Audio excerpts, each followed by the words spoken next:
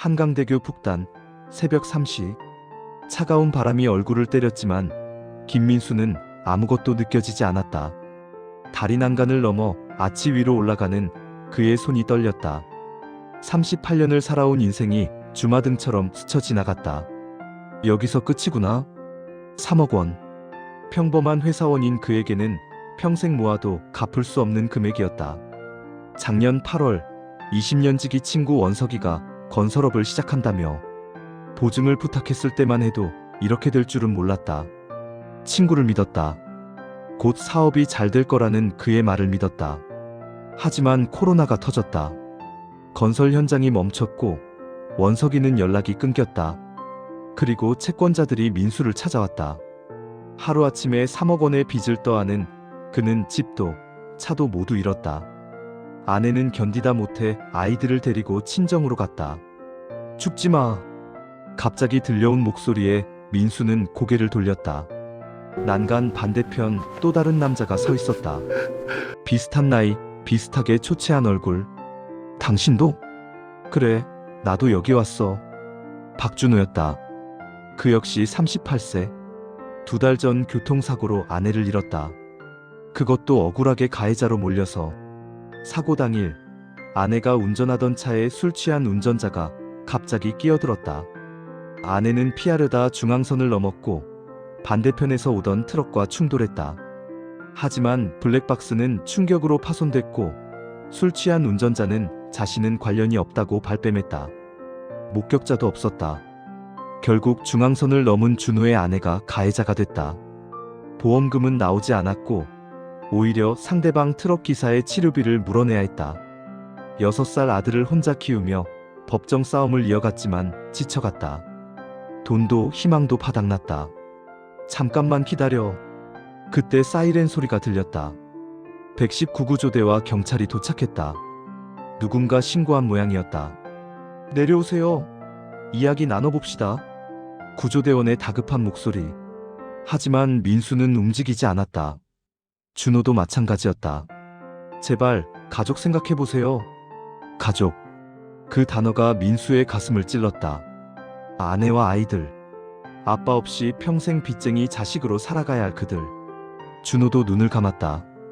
아들의 얼굴이 떠올랐다. 엄마를 찾으며 우는 아들. 내려갈게요. 민수가 먼저 손을 내밀었다. 구조대원들이 재빨리 그를 안전하게 내려줬다. 준호도 그 뒤를 따랐다. 경찰서에서 두 사람은 마주 앉았다. 경찰은 자초지종을 듣고 깊은 한숨을 내쉬었다. 다시는 이러지 마세요. 약속하세요. 네. 풀려난 두 사람은 경찰서 앞에서 어색하게 서 있었다. 한잔할까요? 준호가 먼저 말을 꺼냈다. 민수는 고개를 끄덕였다. 죽으려고 했던 사람들끼리 묘한 동질감이 느껴졌다. 근처 24시간 포장마차에서 소주를 마셨다. 처음엔 말이 없었다. 하지만 술이 들어가자 서로의 이야기가 쏟아져 나왔다. 3억이요? 그걸 어떻게 갚겠어요? 불가능하죠. 그래서 한강을. 저도 비슷해요. 아내 장례비에 법정 비용에 빚만 쌓여가고 하루하루가 지옥이에요. 두 사람은 새벽까지 술을 마셨다. 서로의 고통을 이해하는 유일한 사람. 그렇게 연락처를 주고받았다. 그 후로 자주 만났다. 각자의 삶은 여전히 지옥이었지만 만나서 술 한잔하며 이야기를 나누면 조금은 견딜만했다. 한 달이 지난 어느 날, 형, 로또나 사볼까요? 준호가 농담처럼 말했다. 편의점 앞을 지나가다가 로또? 그거 당첨이나 돼? 당첨되면 반씩 나눠요. 어차피 우리 둘 다 돈 필요하잖아요. 그래, 해보자. 두 사람은 각각 10,000원씩 냈다. 강남대로의 한 판매점에서 로또 20장을 샀다. 당첨되면 반씩 나눈다는 약속과 함께. 이거 당첨되면 우리 인생 역전이다. 꿈깨, 형. 로또가 어디 그렇게 쉽게 돼? 웃으며 헤어졌다. 그리고 일주일 후 추첨일. 민수는 습관처럼 로또 번호를 확인했다. 그런데 이게 뭐야? 손이 떨렸다. 1등은 아니었다. 하지만 2등. 당첨금 3억 원. 준호야, 준호야. 전화기를 움켜쥐고 준호에게 전화를 걸었다. 형, 무슨 일이에요? 목소리가 왜 그래요? 2등 됐어. 3억. 뭐라고요? 준호도 믿을 수 없다는 듯 말을 더듬었다. 다음 날 두 사람은 만났다. 당첨 용지를 손에 들고 형, 이거. 준호야, 이거. 두 사람은 동시에 말을 꺼냈다가 멈췄다. 형이 가져요.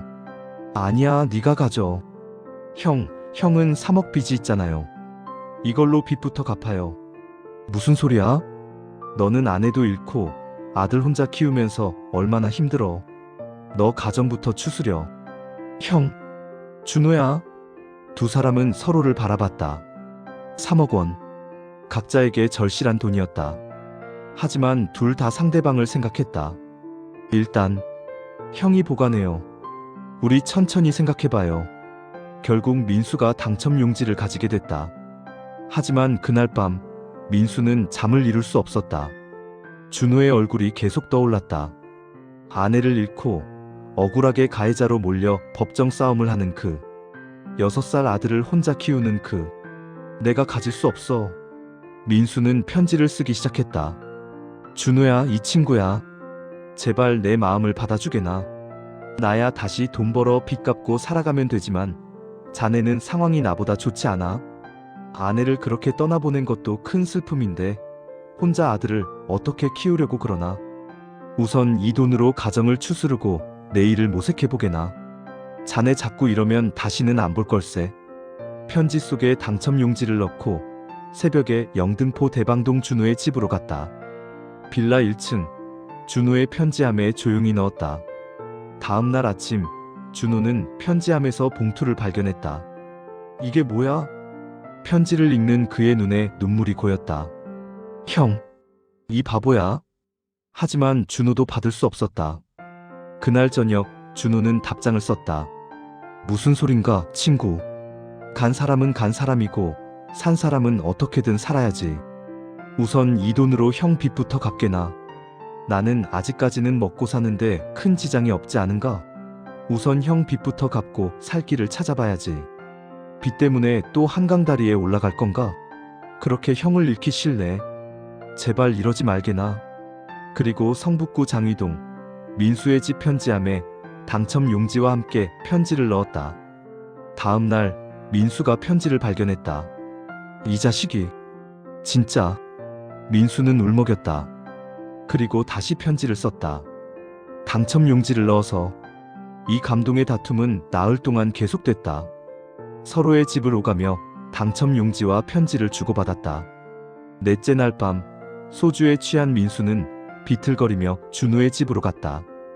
편지함에 봉투를 넣으려는데 손이 미끄러졌다. 들어갔나? 술에 취해 제대로 확인도 하지 못하고 돌아갔다. 하지만 봉투는 1층이 아니라 2층 편지함에 들어가 있었다. 다음 날 아침 2층에 사는 진선행 28세은 우편함에서 낯선 봉투를 발견했다. 이게 뭐지? 편지를 읽기 시작한 그녀의 눈이 점점 커졌다. 그리고 봉투 안에 당첨 용지를 보고 입을 막았다. 이게 진짜 당첨된 거야? 인터넷으로 확인하니 정말 2등이었다. 3억 원. 선행은 편지를 다시 읽었다. 한강다리에서 만난 두 남자. 서로를 위해 당첨금을 양보하는 그들의 이야기. 이런 사람들이 아직 있구나. 선행은 눈물을 닦았다. 횡재할 수도 있었다. 3억 원. 젊은 직장인인 그녀에게도 큰 돈이었다. 하지만 그럴 수 없었다. 이건 내 돈이 아니야. 선행은 모든 편지와 당첨 용지를 모아 신문사에 제보했다. 이런 아름다운 이야기를 많은 사람들이 알아야 해요. 기사가 나가자 인터넷이 난리가 났다. 진짜 이런 일이. 요즘 세상에 이런 사람들이 있다니. 둘 다 천사네요. 제보한 여성분도 대단하다. 댓글이 수천 개씩 달렸다. 그리고 외신도 이 소식을 보도했다. 미국 CNN은 한국인의 배려와 인정, 전 세계 최고라는 제목으로 긴급 타전했다. 영국 BBC는 자살 시도자 2명, 로또 당첨으로 절친되다라고 보도했다.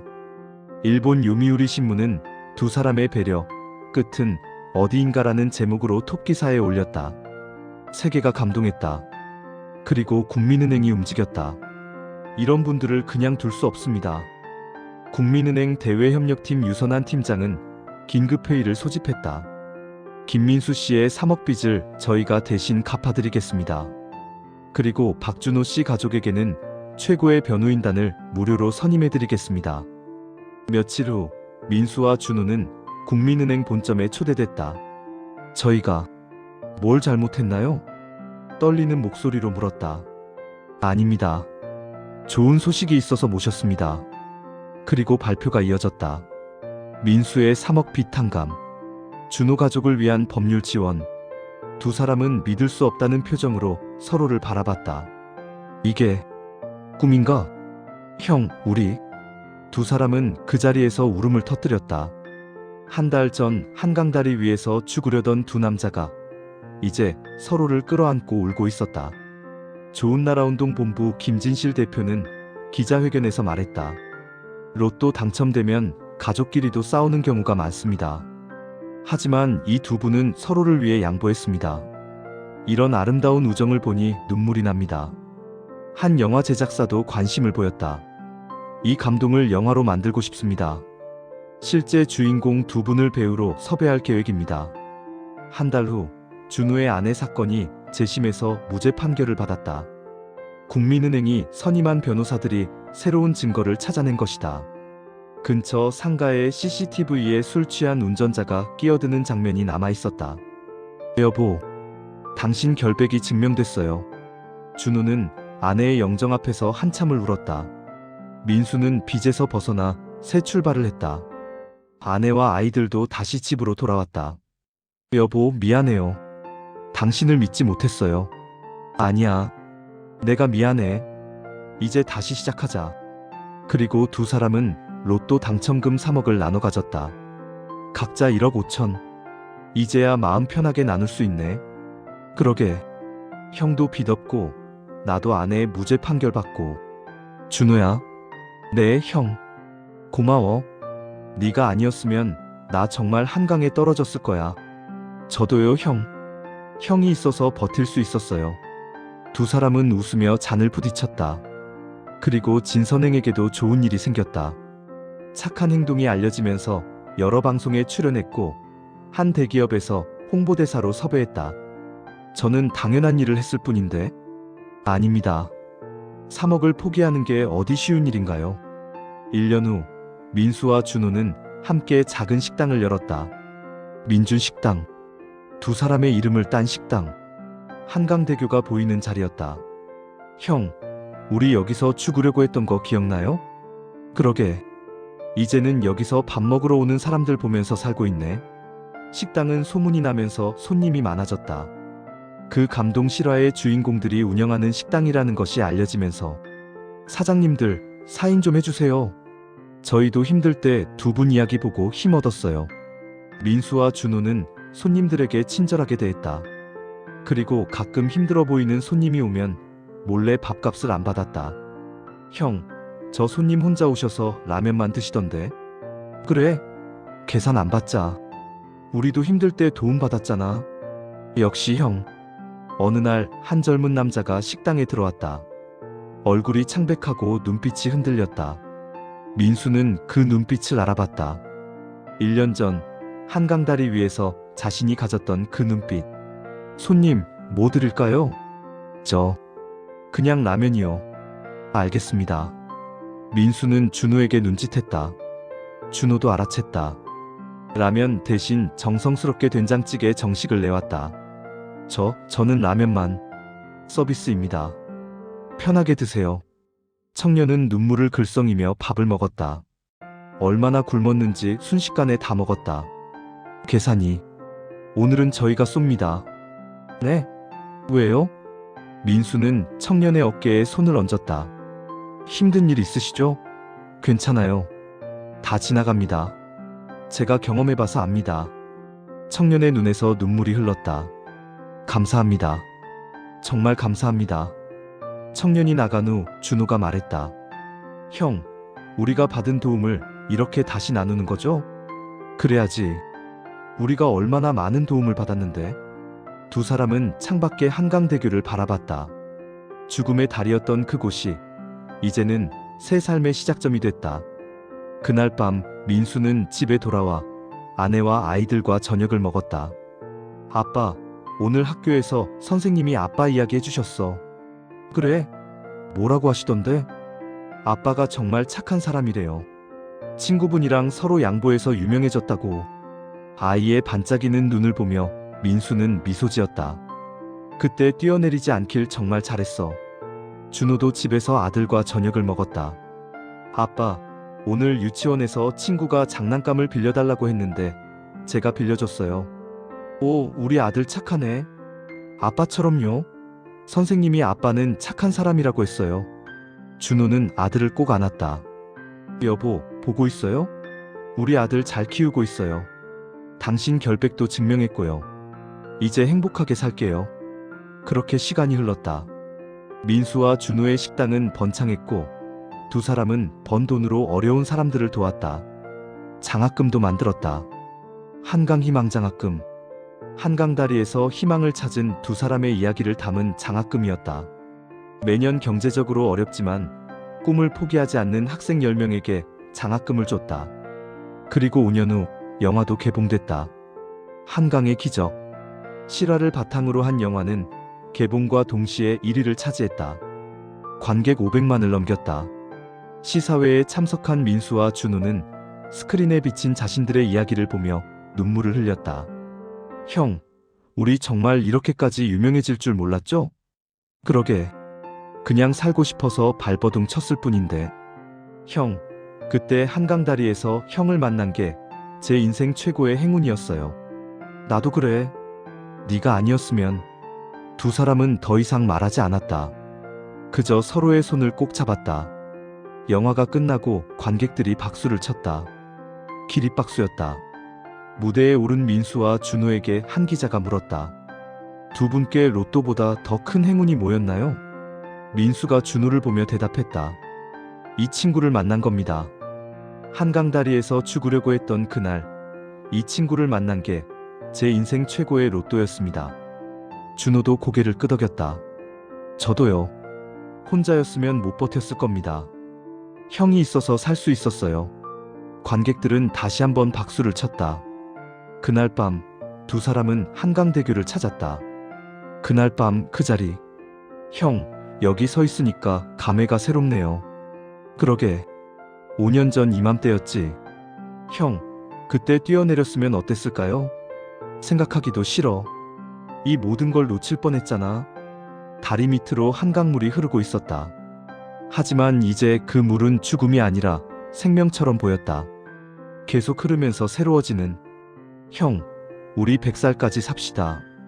그래, 100살까지 건강하게 살자. 그리고 더 많은 사람들 도와주고. 약속이에요, 형. 약속이야. 두 사람은 웃으며 다리를 걸었다.